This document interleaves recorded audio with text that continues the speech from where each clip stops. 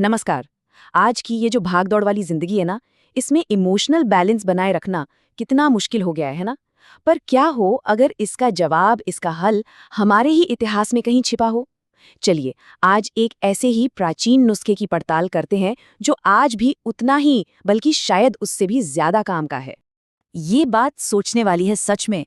हम ना अक्सर अपनी ताकत बाहर की चीजों में ढूंढते हैं, लेटेस्ट टेक्नोलॉजी, गैजेट्स, इन सब में।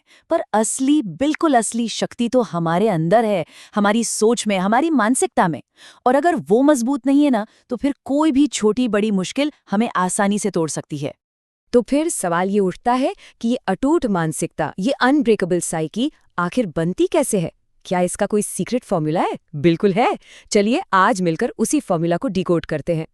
तो चलिए थोड़ा और गहराई में उतरते हैं। और यकीन मानिए, ये जानकर शायद हैरानी होगी कि हमारी आज की मॉडर्न मुश्किलों का हल हजारों साल पहले ही लिखा जा चुका है।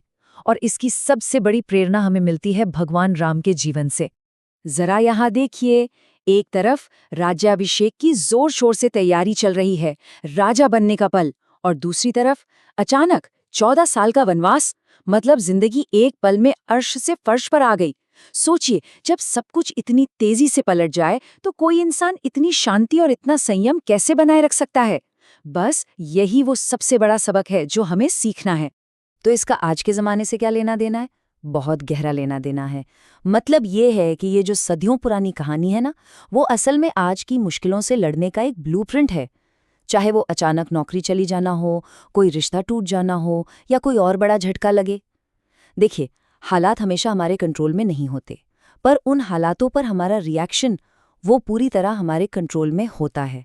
तो अब हम आते हैं इस पूरे विश्लेषण के सबसे ज़रूरी हिस्से पर, एक प्रैक्टिकल एक्शन लेने वाला नियम जो हमें तुरंत आवेग में आकर रिएक्ट करने की आदत से बचाता है। इसे कहते हैं 24 आवर का इमोशनल रीसेट। ये एक ऐसा टूल है जो हमें हमारी जिंदगी का कंट्रोल वापस हमारे हाथों में देता है। और ये पूरी प्रोसेस इन 3 सिंपल स्टेप्स में बंटी हुई है।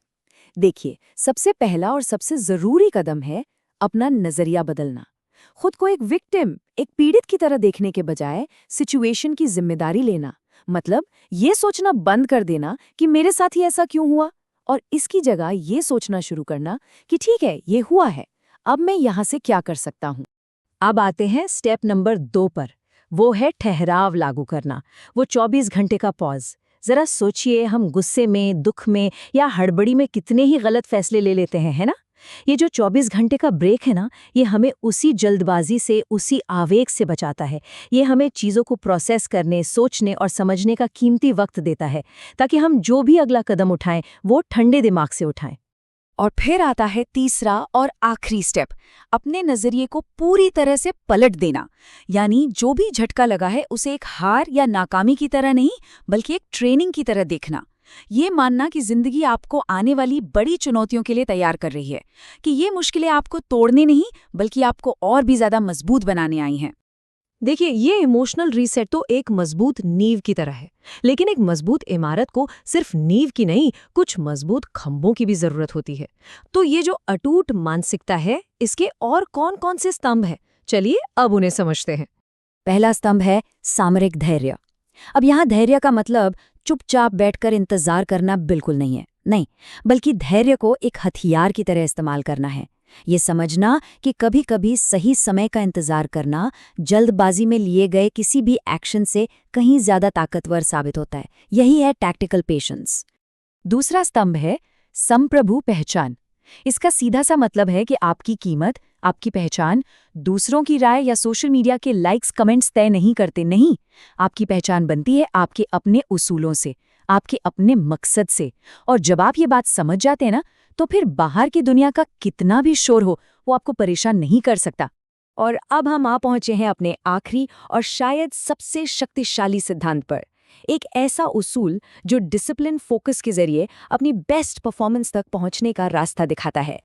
ये जो नंबर 1 है, ये सिर्फ एक गिनती नहीं है, ये अपने आप में एक पूरा फलसफा है, एक वचनी होने का फलसफा। मतलब जो कहा वो किया, आपकी जुबान और आपके इरादे में कोई फर्क ना हो, आपका एक ही लक्ष्य हो, एक ही ध्येय, और आपकी सारी की सारी ताकत बस उसी एक लक्ष्य को पाने में लग जाए।